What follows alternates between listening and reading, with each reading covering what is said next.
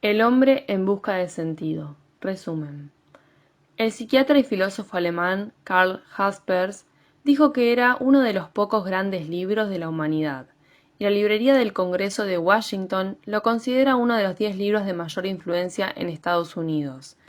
Quizás estos juicios sean algo excesivos, pero lo que sí está claro es que nos encontramos ante un libro que, según el profesor Freire, merece ser incluido en el catálogo de las obras clásicas que constituyen el patrimonio intelectual de la humanidad, pues ya ha ayudado a muchas personas a encontrar sentido a sus vidas.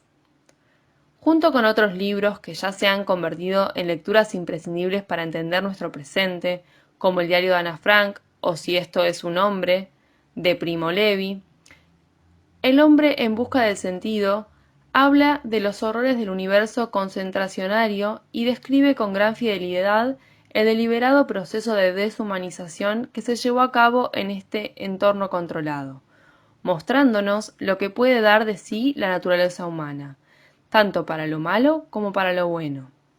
El problema fundamental de nuestro tiempo, la capacidad de la técnica para despersonalizar al ser humano, se refleja ya en este libro mítico que explora los límites a los que puede llegar el hombre cuando se le obliga a vivir en condiciones infrahumanas. El prisionero 119.104. En un principio, el libro se llamó Un psicólogo en un campo de concentración, aunque el éxito mundial vino cuando se le cambió el título y se le añadió un epílogo en el que el autor, psiquiatra austríaco, resumía los elementos clave de su particular enfoque terapéutico, la logoterapia. El objetivo de Viktor Frankl, judío vienés, 1905-1997, consistió en reflejar de la manera más objetiva posible la profunda transformación de la personalidad que sufría un prisionero típico en un campo de concentración nazi, es decir, la espeluznante despersonalización y progresiva animalización que conlleva este cruel proceso, meticulosamente planificado por sus verdugos. El informe del prisionero 119.104, que Frankl quiso publicar inicialmente de manera anónima, aunque sus amigos le disuadieron de ello, abarcaba la conmoción inicial de la llegada del campo, la dureza de la vida cotidiana y la aclimatación a la vida normal después de la liberación. Gracias al cine, ahora todos conocemos cómo eran las pavorosas circunstancias que acompañaban la deportación. Los viajes de varios días en trenes para ganado, atestados de personas con un mendrugo de pan como único alimento, y sin apenas agua para beber. La salida en dos caminos, uno hacia la dura vida del campo, otro hacia los hornos crematorios, según el macabro juego del dedo, que llevaba a cabo un oficial de la SS impecablemente vestido, papel que en Auschwitz representó el infame doctor Mengele, las engañosas duchas, etc. Por eso quizá no sea necesario insistir en estos elementos del relato de sobra conocidos por todos, sino destacar más bien los aspectos más originales del texto. Muerte emocional. Después del impacto emocional de la primera fase, venía una segunda etapa de apatía generalizada, de embotamiento emocional ante el sufrimiento continuo que uno presenciaba todos los días, y que desembocaba en una especie de muerte emocional. En pocos días, la personalidad del interno se transformaba por completo y dejaba de experimentar sentimientos como la repugnancia, la piedad, la indignación o el horror.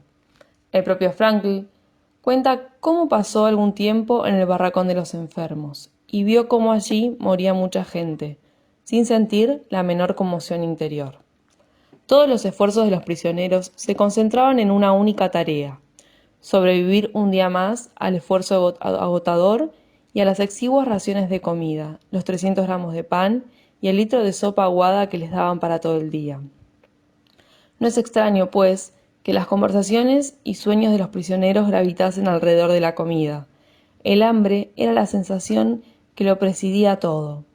Los nazis consiguieron que la existencia humana se redujese a la mínima expresión. De ahí que el afán de procurarse alimentos fuese el instinto primitivo dominante alrededor del cual giraba el resto de la vida mental, según cuenta Frankl. Según su testimonio, solo sobrevivían aquellos internos que, endurecidos quizá por el deambular durante años de campo en campo y en la lucha por la supervivencia, perdían todos los escrúpulos. aquellos que con tal de salvarse eran capaces de emplear cualquier medio, honesto o menos honesto, incluida la fuerza bruta, el robo o la traición a sus compañeros. Incluso llegó a confesar varias veces en el libro que los mejores de entre nosotros no llegaron a casa. Viktor Frankl no pretendía describir exhaustivamente cómo era la vida en un lager, el campo de concentración nazi, sino demostrar que incluso en las peores condiciones vitales que uno puede imaginar, y la realidad de los campos escapa a la imaginación cotidiana, era posible encontrar un sentido de la vida y seguir conservando nuestra dignidad humana. Por eso hizo suyo el tema de Nietzsche, de que quien tiene un porqué para vivir puede soportar casi cualquier cómo. Quienes tuvieron más posibilidades de sobrevivir en los campos de concentración nazis fueron aquellos que se aferraron a la esperanza de volver a ver a un ser querido, un hijo o una esposa, a una misión que debían cumplir o a una tarea que solo ellos podían realizar, en el caso de Frankl, terminar un manuscrito que los guardias le destruyeron el primer día que entró allí. El prisionero que perdía la fe en el futuro estaba condenado y se convertía en un musulmán, según la terminología de los internos, es decir, en un muerto viviente al que solo le quedaban unos pocos días de vida. La clave de la supervivencia consistía en asumir el sufrimiento del campo como un reto a superar y encontrarle un sentido. Cuando un hombre descubre que su destino es sufrir, ha de aceptar ese sufrimiento, porque ese sufrimiento se convierte en su única y peculiar tarea. Es más, ese sufrimiento le otorga el carácter de persona única e irrepetible en el universo.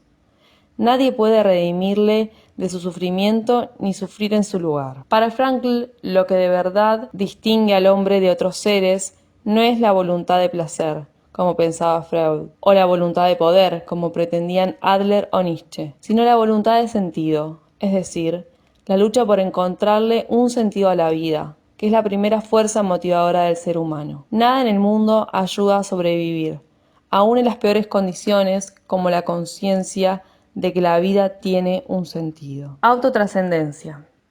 Esta dimensión espiritual del hombre, esta capacidad de autotrascenderse, de buscar un sentido fuera de él mismo, es lo que realmente define antropológicamente al hombre. El ser humano es un ser autotrascendente, afirma Frankl de manera categórica.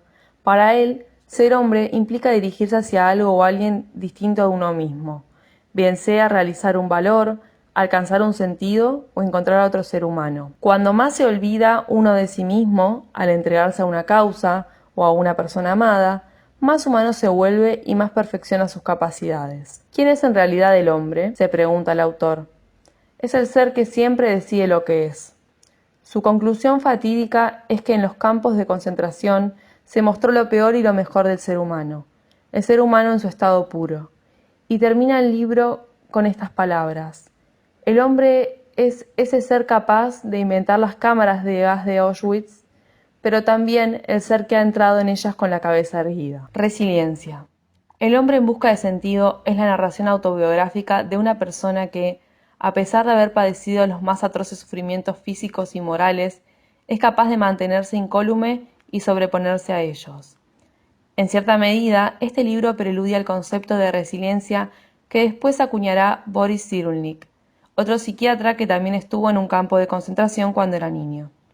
La resiliencia es la capacidad de sobreponerse a las desgracias traumáticas de la vida a través del amor y de las relaciones emocionales significativas.